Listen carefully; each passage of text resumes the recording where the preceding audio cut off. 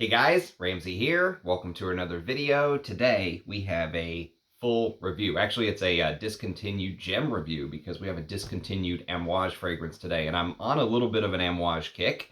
Sometimes I get on these little pathways and go down these hallways and just kind of get into a brand, and I just really feel like reviewing them. So today we are going to review the Discontinued Fate Man. Now, I don't spend very much time on packaging on the channel, but I do have to say, this is, in my opinion, one of the most beautiful packaging and box setup, which I don't always have the box because sometimes, you know, when you're collecting fragrances, you have to go for what's cheap. You have to get a tester or a partial or whatever it is. Maybe the box gets lost. So here I actually have the box and the bottle to show you.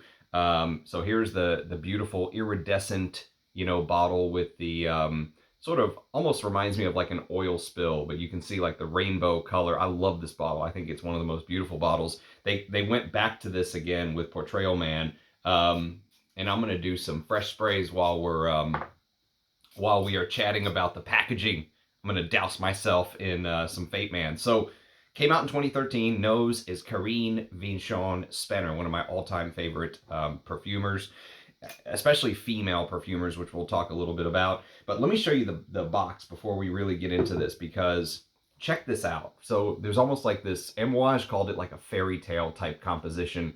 I love this packaging. And for the Amouage packaging today, you can see kind of the gold details. So I think these are supposed to be like scales. So on one side of the scales, you have the stars, you have the sun, you can see the unicorn, you can see the moon here, you know, almost like fairy tale, the cow jumped over the moon style. On the other side, you have the other set of scales, which is almost like time, you know, your horoscope looking parts here, maybe a little bit of musical touches, and again, you've got the horses with the wings, the unicorns, and just look at the details. I mean, it's absolutely stunning to me. I love the packaging of Fate Man. You've got the key, you know, the key that fits into the lock. And on the side, you have the hands with the tarot cards. So again, I usually don't spend too much time on packaging, but to me, oh, here's the scales again.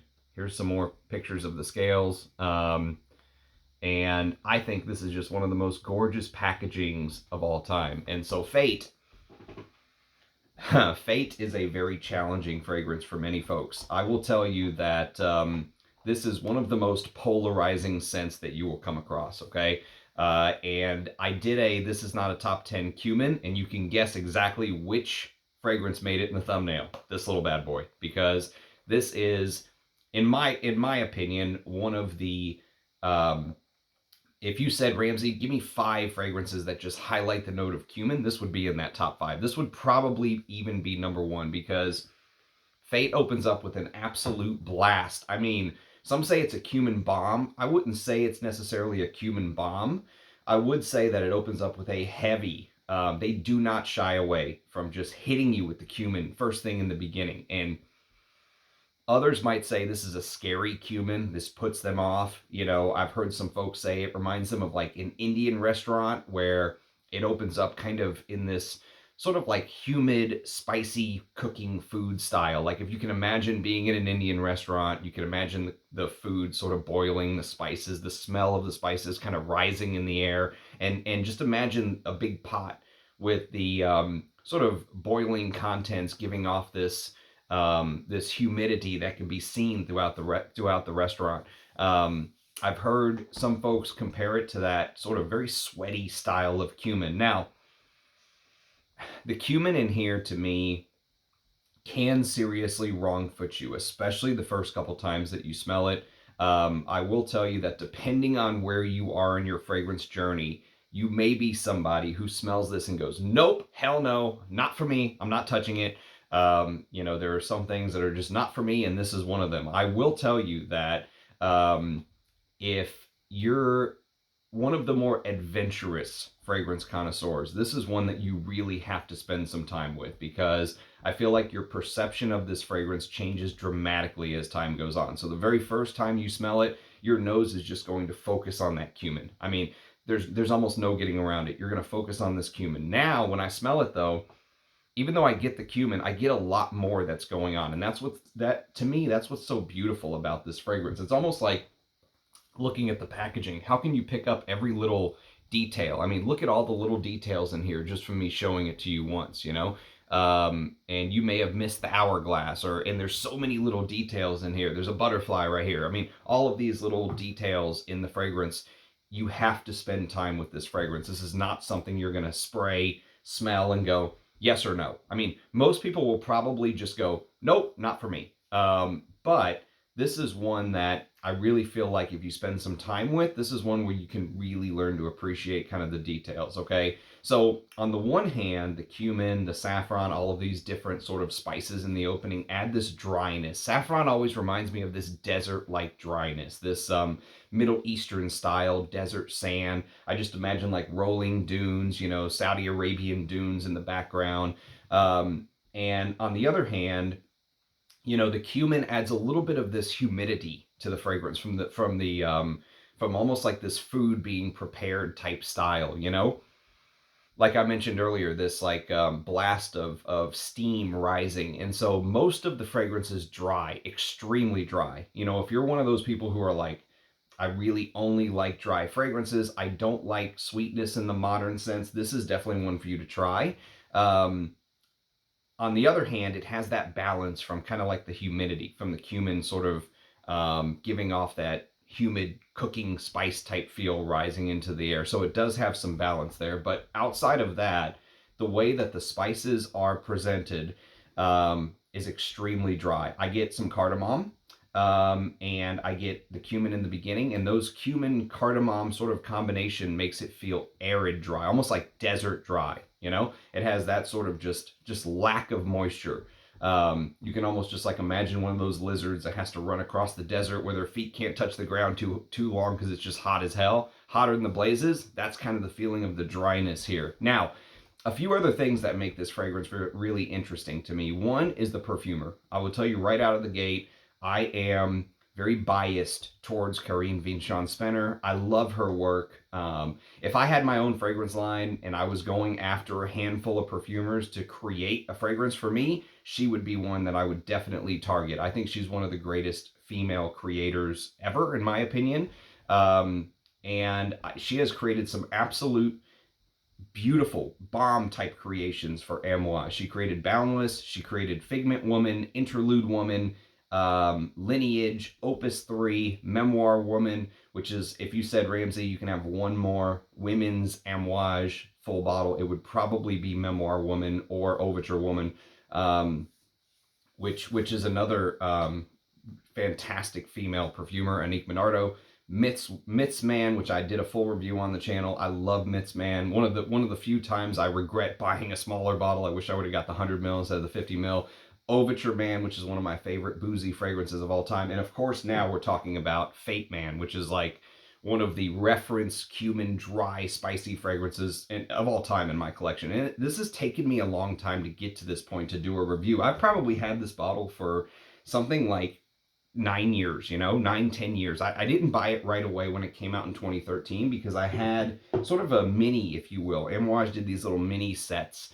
And I had this mini and I was using it and I was just stunned by this. This was one of the fragrances that just made me think, what in the world type of hobby am I getting into? Like, I've never smelled anything like this before in my life before I smelled Fate Man. And so if you look at her resume, that is a hell of a resume for someone who's willing to go against the grain, willing to sort of be a contrarian, and working with, you know, Christopher Chong and his creative director, sort of infinite wisdom, if you will. To see this now be discontinued is really, it's really tough to swallow. Let's just say, I'm assuming it's discontinued. I'm not 100% sure. The current creative director of Amouage has said that many of these fragrances could be brought back. My guess is that things like this and Myths Man and the more challenging Amouages, you know, Figment Man, which I just recently reviewed as well, are discontinued for lack of sales, not because the ingredients could not be there, you know, to be produced any longer. It shows discontinued on Parfumo, and it's no longer on the Amouage website. So take that as you will, okay? So outside of an all-star cast, we basically have a fragrance that while everyone around you is discussing the cumin, like I said, there's a lot more swirling around this fragrance. So if you look at the bottle, look at the sort of holographic feel of the bottle, right? This sort of swirl, almost oil sitting on top of water. You know, when the sun hits it, you're hit with all these rainbow colors from the oil. So when you first spray, along with the cumin, a few things are going to kind of make themselves known right out of the gate, to my nose anyway. One is cardamom. Now, cardamom is one of those unlisted notes in this fragrance, and I get a lot of it mixing with the cumin, which makes this very Eastern style smell, right? If this is a cooking dish, it's something from the Middle East, it's something from India, it's something along those lines, right? The other thing that happens very quickly, and so it's hard to sort of sort and distinguish these because you really have to pay close attention here, and you have to wear this fragrance over and over. You can see I put a pretty good sized dent in this fragrance, especially when you don't need that many sprays. This is a pretty strong fragrance. But what ends up happening is very quickly you start to distinguish that the fragrance feels very dusty and grainy. I mentioned saffron feeling a little bit sandy in nature, but dusty, grainy, sandy, those type of words are really what comes to mind. And I've said this on the channel before, but I'm half Arabic, half Jordanian, and I grew up around Arabic cooking, specifically Jordanians, you know, country dish, if you will. The national dish of Jordan is a dish called mensaf, and in mensaf they use this ingredient called jameed, Jameed. And jameed is this very hard yogurt or lemonade, which is usually used from like goat's milk or something along those lines in Middle Eastern cooking. And it looks almost like a fermented stone. It looks so hard that it looks like a stone. And sometimes before it is put into the pot to make it, kind of makes the yogurt thicken in specific Arabic dishes.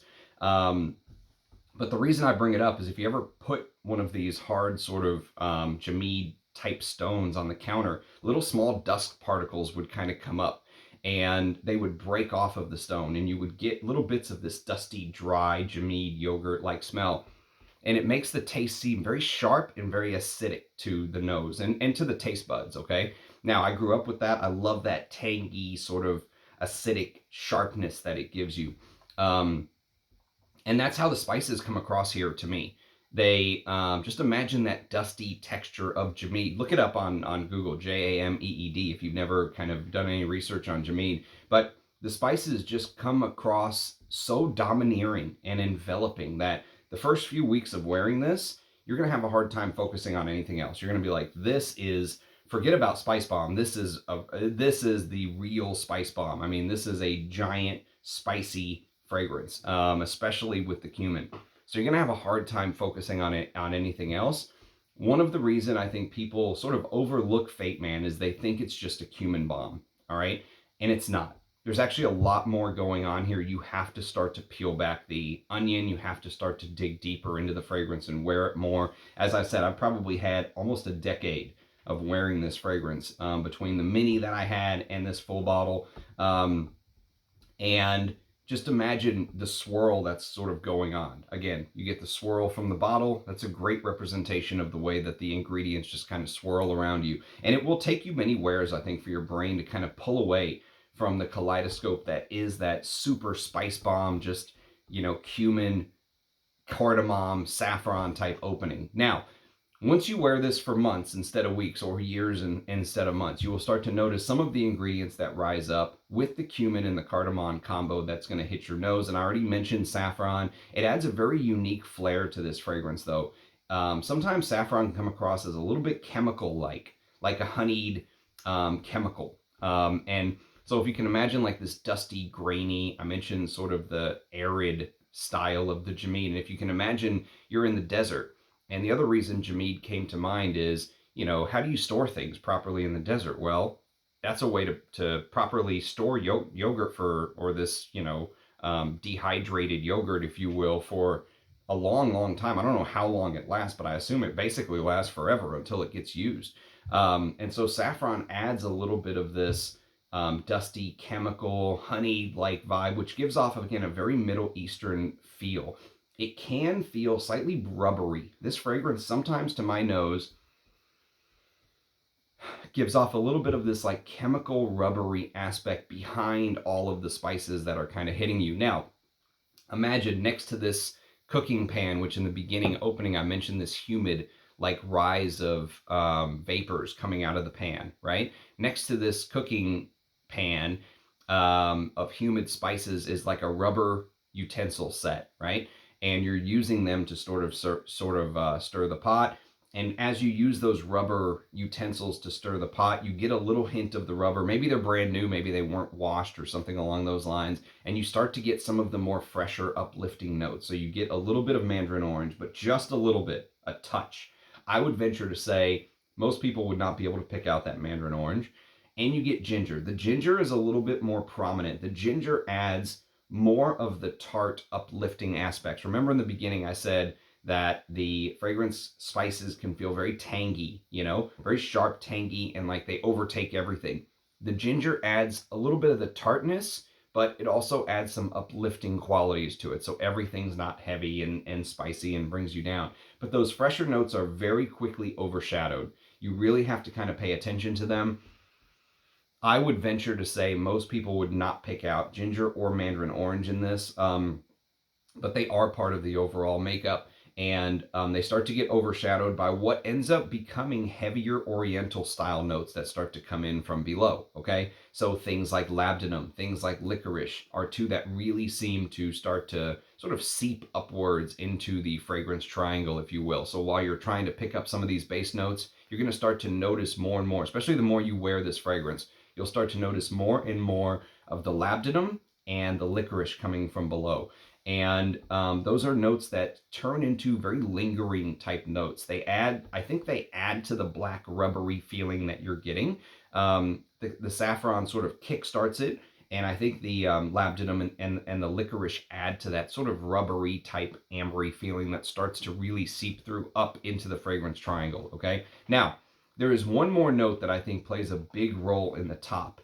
And sometimes this is one of those notes where I don't want to say it plays peekaboo, but depending on the weather, it will play either a bigger or a smaller role, strangely enough, and that is the absinthe. And absinthe, just imagine like Edgar Allan Poe sitting in his, you know, study writing about things people wouldn't care about for 100 years kind of thing. Quote the Raven type stuff, drinking absinthe, just fucked up beyond belief. So absinthe here gives this fragrance this strange like green glasses color tint, you know? It makes it slightly effervescent. It works a little bit with the ginger and adding just a little bit more of this uplifting so it's not just bringing you down heavy spices. It's almost like dropping an Alka-Seltzer into a glass of water, you know, that effervescent, tight, bubbly feeling.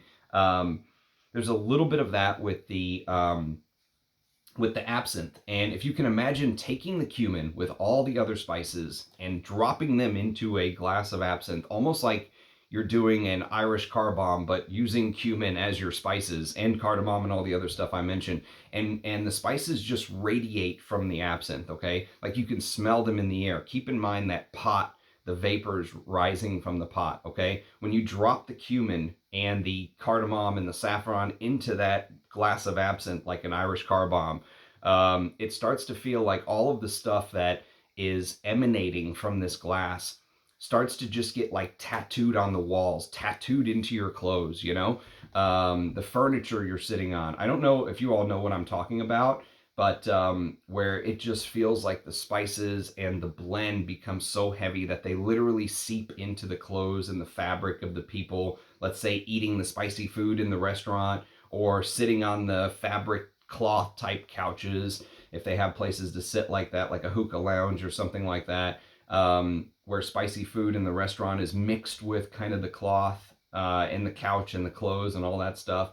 And just imagine that image of dropping the spices into the absinthe and just this almost like creating something new, creating something like a little bit of a fairy tale that starts to come out. You've never smelled anything like this before, you know? And it seeps into your clothes, it seeps into the walls, it seeps into the furniture.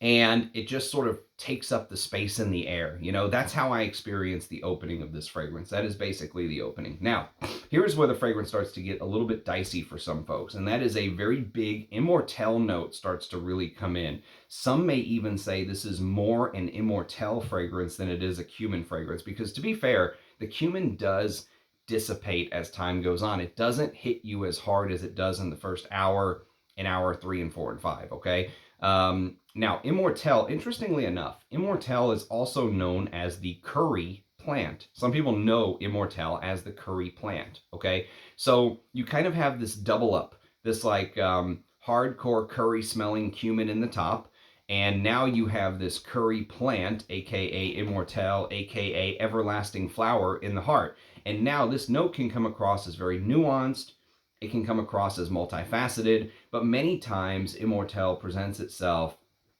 as this like sun-baked, almost like you're smelling like straw that's crinkly that you can just crack, you know, dry. Just imagine like dry straw growing in the field. All right, very nuanced, very multifaceted. But also it gives off a little bit of this floral smell. So imagine the dry straw that you're smelling is from this yellow smelling flower that just doesn't get enough water because it's super dry, okay? Some say that it gives off a little bit of a toasted honey-like note, and I could totally see that. And that starts to come through here as time goes on. Others say it's like this sappy maple / licorice type creation. Now, it isn't the only flower that's used here. There is also this very austere rose that just seems so out of place. It seems strange, like a Picasso creation or something, you know? The nose is over here, the ears are over here, but somehow they just make it work. And the rose adds a little bit of class. It adds a little bit of touch to what I would say is an otherwise very daring composition. So Fate Man, interestingly, starts to turn into a fragrance that begins to foreshadow things to come. So it's almost like in life when you have this strange coincidence or deja vu, right? Remember the Matrix when he sees deja vu? And anyways, if you've seen the Matrix, you know exactly what I'm talking about. And you start to wonder, is it luck? Is it fate? Is something changed in the Matrix? But the Cumin starts to like foreshadow the Immortel. The Immortel starts to foreshadow the licorice, which hits in the base. And if you've ever smelled the sort of foodie like opening from something like Eau Noire, if you've ever smelled Dior's Eau Noire, which I reviewed off of a sample, I would love a bottle of Eau Noire. Actually, if you said, Ramsey, you could have one more Dior Privé, it would be a vintage bottle of Eau Noire. I would love a bottle. I really think that's one of Francis Kurkdjian's best works. And so it's interesting because if you imagine turning that sort of curry foodie like opening in the top of Eau Noire, and if you've smelled Eau Noire, you'll know exactly what I'm talking about, turning it up to the max, you know, Amouage style, vintage Christopher Chong Amouage style, turning it up to the max, and then just like hitting you in the top and then dissipating like in Eau Noire, really seems to extend and last in Fate Man. Eau Noire, you get a little bit of that Immortel curry type opening right at the beginning, and then it just dissipates and dissolves into something much easier to wear. Here, they really decided to take that and just amp it up, you know? Instead of amping it down, it amps up as time goes on. The other fragrance that comes to mind is Histoire de Parfum 1740, Marquis de Sade, which I reviewed on the channel, but that one's much more leathery, but both of those sort of use Immortel in a very similar fashion to Fate Man. And Immortel somehow blends beautifully into the dry down with the frankincense. This is where the past of Amouage really starts to kind of catch up to Fate Man, because it's almost like you're starting to smell like you are smelling some niche version of frankincense you've never smelled before. You know, someone brings you this rare frankincense on a silver platter or something, because it doesn't smell like churchy incense. It smells like incense that's mixed in with like touches of florals, like little hints of lavender. And there actually is lavender in here that not a lot of people mention, but I don't even think I gave you the full note listing, but there is technically lavender in here in the heart, if I'm not mistaken. And so the lavender and the essential oils just feel like they're beginning to blend with this frankincense, blend with this incense-like note. And it ties it to Amouage's past. Again, it's a little bit of a foreshadowing and then bringing it to real life. And so as the fragrance continues to dry, it turns somewhat sweeter because you get a little bit more of the tonka and some other things coming through, these ambery touches from the labdanum, and it definitely turns slightly woodier as time goes on. And it starts to have these really strange, lingering spicy notes. So the heavy, hardcore, you know, uh, vapid, almost like humid cumin note I was describing in the beginning starts to turn into this very dry, lingering, like slightly woody hints of anise start to come through with tarragon. And you all know tarragon's one of my all-time favorite notes, and it just stretches into the dry down for me. That's what the dry down really starts to smell like. Some of the spicy, what was so clear as like cumin and cardamom in the opening, start to become a little bit more hazy, and you start to wonder, is it anise? Is it, little hints of tarragon? And like I said, tarragon's one of my secret ingredients, so I love smelling that. That may be sort of the mixture of the absinthe with the spices. I have no idea, but it starts to turn slightly creamier, slightly more ambery as the hours tick by. So as you get into the late dry down, 5, 6, 7, 8 hours in, the woods really start to reveal themselves more. The sandalwood is beautiful and creamy. And I mentioned earlier the image of like dropping the cumin and cardamom into the absinthe like an Irish car bomb, and then the vapor is just sort of being released and entering the room. Well, since this is Fate Man, and again, it's all about foreshadowing, just imagine now dropping the more nebulous and abstract spices that I was mentioning earlier. Maybe some anise, maybe some tarragon, maybe some other combination of spices I have no idea about, into this cedarwood / sandalwood combination. And the spices like hang on for dear life deep into the dry down. They don't just disappear, they hang on for dear life. That's why I think this is like a great example of a proper spicy fragrance.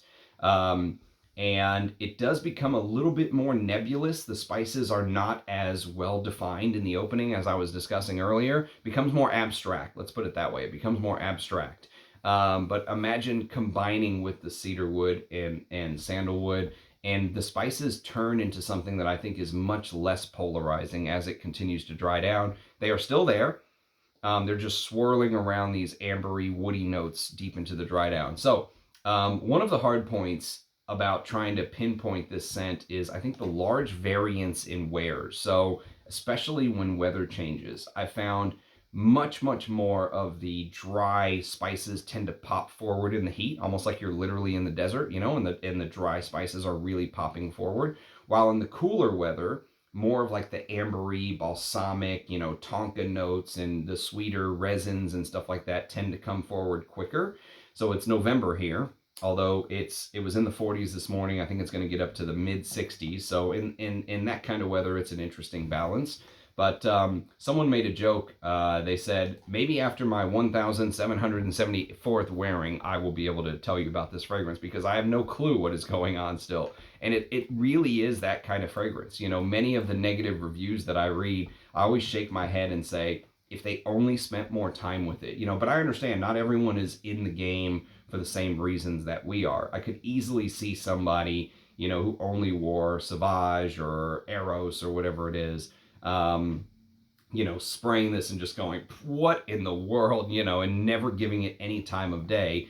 They're in it for a different reason, and they're willing to just kind of give up and move on. To me, this is the kind of artistic fragrance that we would most likely never see again from the House of Amouage. That's the sad part. That's the reason why I cherish Fate Man, why I cherish these type of fragrances, why I'm so glad that I have them in the collection. Now that Amouage is really pushing the profit narrative, allegedly, to my way of thinking anyways, these type of fragrances are going to be rarer and rarer and rarer. And so for an old frag head like me, this is a gem to absolutely hang on to, because the fragrance does something that no new Amouage will ever do. This shows the type of risk-taking, the type of creative directorship that was willing to do something unique and different and not just follow the trend. It's so funny, seeing all of these niche houses all of a sudden start to release their fragrances that are aged in oak barrels and all this stuff. Like they got some sort of message from on high. Okay, time to release your new aged in oak barrels fragrances and jack up the price an extra $100 or so. I can tell you, this came out in 2013. As I said, it's discontinued to my understanding, but then and even now in 2024, you will probably never smell anything that smells like Fate Man. That is number one. You know, if you're in this for trying to smell something different and unique, I mentioned bits and pieces along the way, like the Immortel might remind you of little parts of Eau Noire or 1740 or something like that. But as a whole, Fate Man is a unique accomplishment. It's a piece of Amouage history. I am, for one, very glad to own a bottle. I'm also very sad to see it go.